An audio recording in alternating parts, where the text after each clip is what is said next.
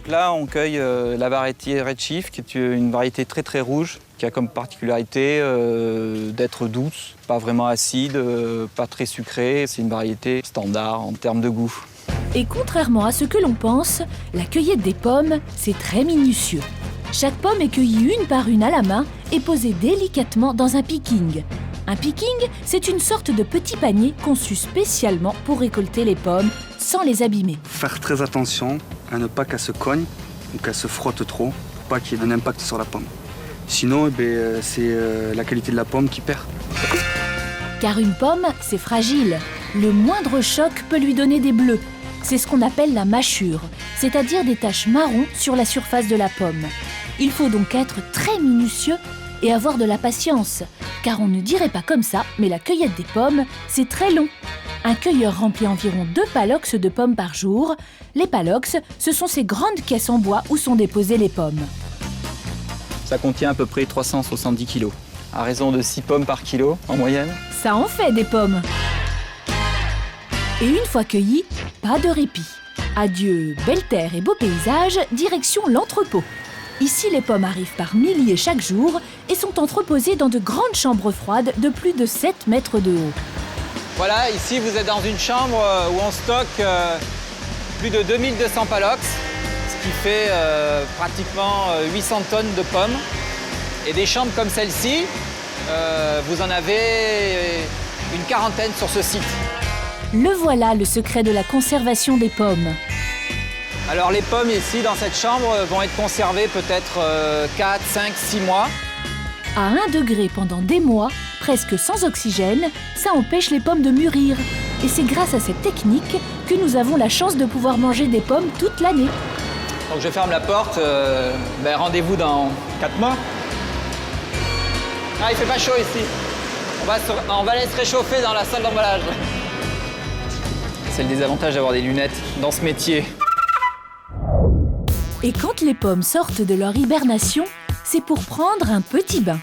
Pour pouvoir être triées sans s'abîmer, les pommes sont placées dans des tuyaux pleins d'eau. Car contrairement à la poire, la pomme a la particularité de flotter. Un moyen de transport en douceur plutôt original pour passer d'une étape à l'autre. Première étape, le calibrage. Chaque pomme va être prise en photo grâce à un appareil haute technologie.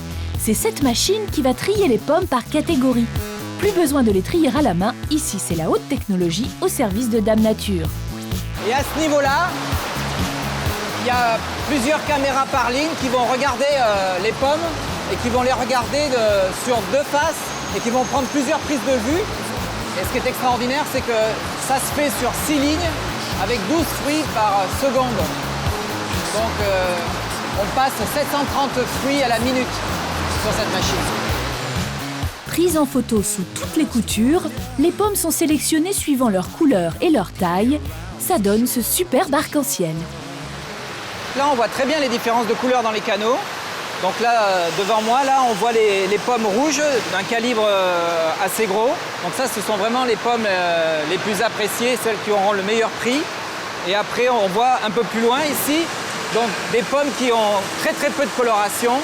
Et ça, ce sont des pommes qui iront plutôt pour le marché de l'industrie, pour faire des compotes, du jus. Deuxième étape, le cirage. Pour avoir une peau brillante et lisse, le secret de beauté des pommes, c'est la cire. Naturelle, rassurez-vous. C'est la même qui est utilisée pour enrober les bonbons. Donc, un peu de cire alimentaire, un coup de brosse, et voilà le résultat. Voilà la différence entre une pomme avant le lustrage et après le lustrage. Les acheteurs font attention à la beauté des pommes et comme je dis, ils achètent avec les yeux. La mise en beauté terminée, il est temps d'emballer. Pour cela, des conditionneuses déposent une par une les pommes dans des cagettes. Il faut mettre la queue vers le bas, c'est plus joli. Mais attention, à la moindre anomalie, bye bye la pomme, elle partira en compote. Car l'étiquette ici, ça se mérite. Les pommes vont maintenant partir aux 4 coins du monde.